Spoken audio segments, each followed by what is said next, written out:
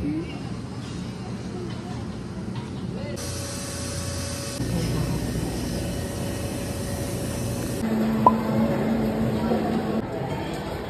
guys, good afternoon. Andito kami ngayon, binibilan ko sa Trixie ng toys. Bumili ako ng kape sa Starbucks. Daming toys dito. Pero magaganda yung toys dito. Medyo mahal nga lang. Trixie! Trixie! Hi! Hi, bye-bye. Sabi ko mag-hi kay lola niya. Nakaimod ka na? After dito sa Greenwood, pupunta naman kami sa Asian store. Nandito kami ngayon sa Sarata Asian store. Binili namin kamote. Pero bibili din ako ng kasaba. Bibili din ako ng pechay.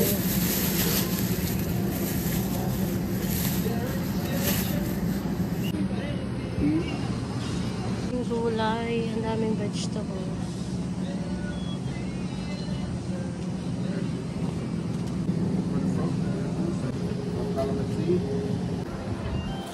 Kuha tayo nitong onion kasi medyo mura dito.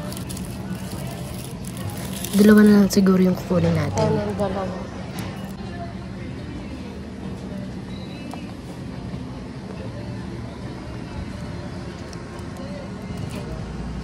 Ito may maliliit na sibuyas, so kuha tayo ng isa. Kuha din tayo nitong liver. Ha? Ito lang. I need to check also if it's fresh. Wings too much. The chicken legs. These are way better for the price. Yeah.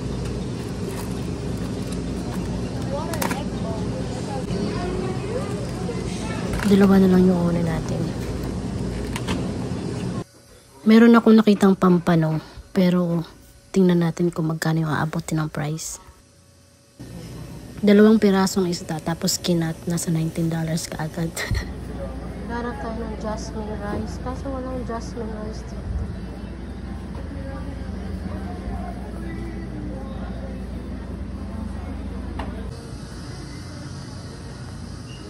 May mga oil, pero may oil pa kami. Tapos may mga dried mushroom. These all said Peru, Colombia. Ano lang.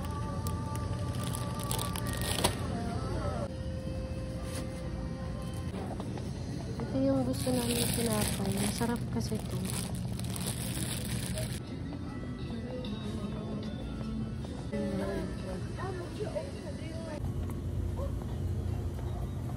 Ito yung pansit. Toyo. Yung mga kamas. I'm gonna get more. Kuha tayo ng 4 na piraso ng Filipino style. Mas gusto ito ng mga bata. Wala tayo itong spring roll.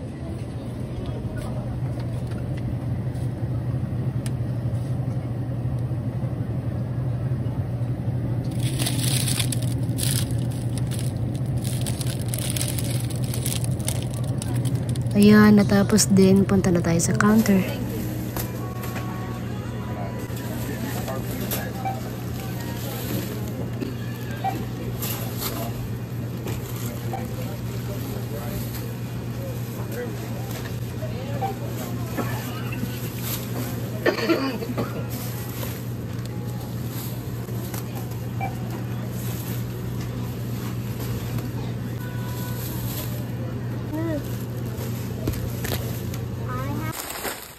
Tingnan na grocery na namin. Kasi bukas Easter na. Kaya magluluto ako ng Shanghai roll at pansit. Prepare na din kami para sa Easter bukas. Ito yung mga eggs na nabili namin sa Walmart. Kasi pagkagaling namin sa Asian store, bumili na din kami. Dumaan na din kami sa Walmart. Kasi yung Easter, tapos bumili kami ng malalaking eggs. Nakauwi na kami guys. So magpapahinga muna kami and mag-aayos muna ako dito sa kusina kasi para maayos ko yung mga nag-grocery namin.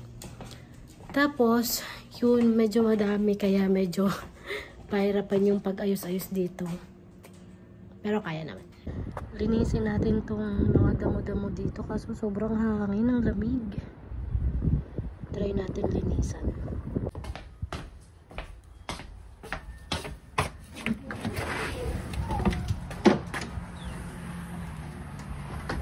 Dumi.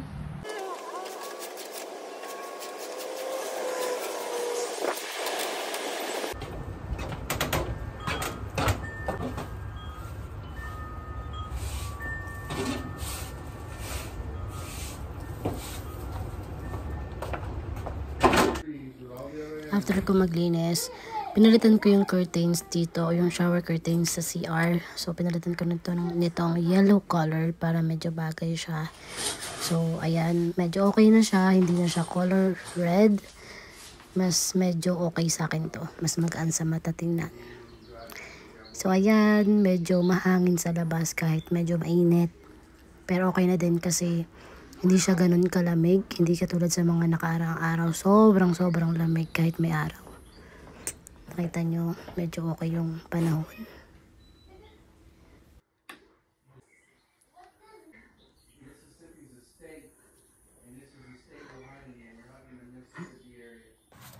Balik tayo dito sa likod.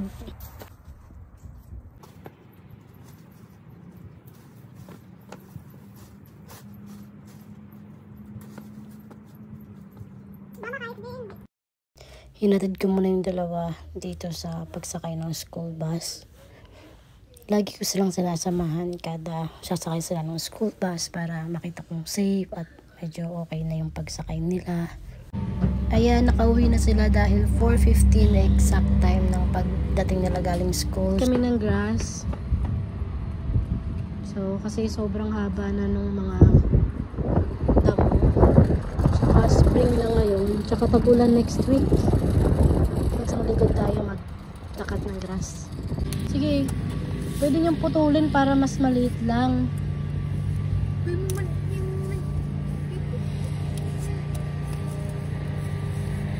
Yan. Napulot na namin yung mga steak.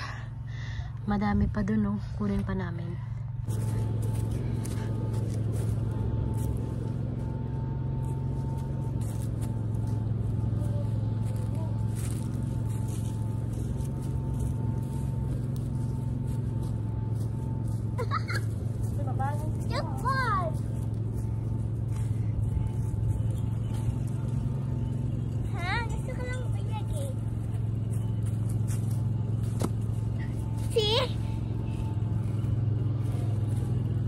Kakayawag ha.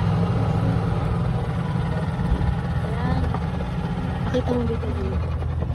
Ay, naani na siya. Ay, naani. Nakat na yung grass hanggang doon. Hanggang dumatapos pa. So, dito tayo. Check natin yung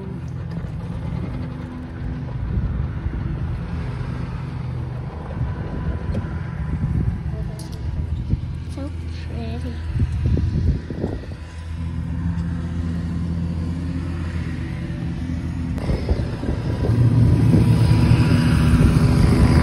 patapos na kami.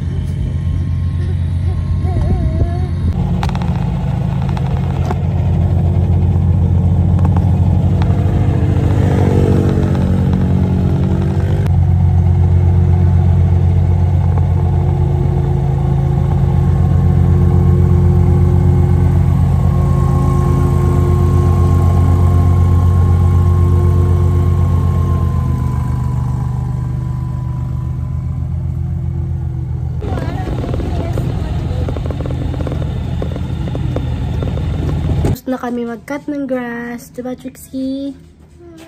Ayan, pagod si Inday. And then after mag-cut ng grass, ito yung papalitan na naman namin. Itong ceiling fan. Color black siya. So, ito yung best seller din sa mga Home Depot or sa iba pa kasi medyo mahal din kasi yung iba. Pero ito kasi yung pinakamurang nakita namin. Nasa $59 siya. So, yun. Okay na to sa bahay. And ito yung itatapat namin, yung kulay black. Kasi farm style talaga siya. So, pwede na natin yan ikabit mamaya. Trinay namin na baguhin naman kahit papaano. So, ayan, ang ganda ng ng ceiling fan. So, tapos na rin ako maglinis dito sa bahay. Medyo pause lang ako. Tsaka pagod na pagod. Pero okay lang. Okay naman, mapapahinga naman ako after this. So, ayan, nakapaglinis na ako ng bahay. Ito na, napakasimple lang ng bahay namin. So, yung curtains, pinawid ko muna. Tapos, yun yung ating, ito kasi, babaguhin kasi yan. Pag bibili kami ng couch na bago. Pero, as of now, hindi muna kasi marami pang inaayos. So, ayan, nabago na yung ceiling fan. Diba dati, yung itsura niyan, may pagka-old na. So, ito, kahit pa paano, farmhouse type siya. Kasi ang ganda niya, in fairness. And yun lang naman yung ating for today's vlog. And don't forget to subscribe sa aking YouTube channel para po ma-update po kayo sa lahat ng gagawin kong video. Thank you guys for watching.